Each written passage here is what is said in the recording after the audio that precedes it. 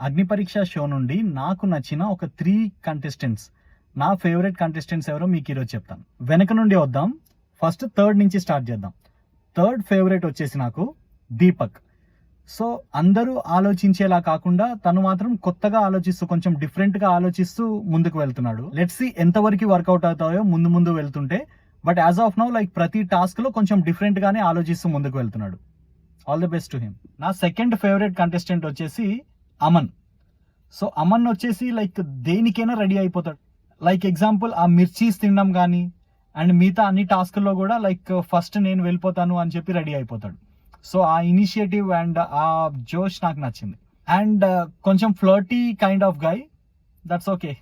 Only negative ఏంటంటే అమన్లో కొంచెం ఆవేశం ఎక్కువ ఉంది. అది కొంచెం సెట్ చేసుకుంటే like he will reach the Bigg Boss very soon. So first place ఎవరికి ఇస్తానంటే he's none other than Rohit. Literally first 2 episodes చూస్తున్నప్పుడు రోహిత్లో నన్ను నేను చూసుకున్నా.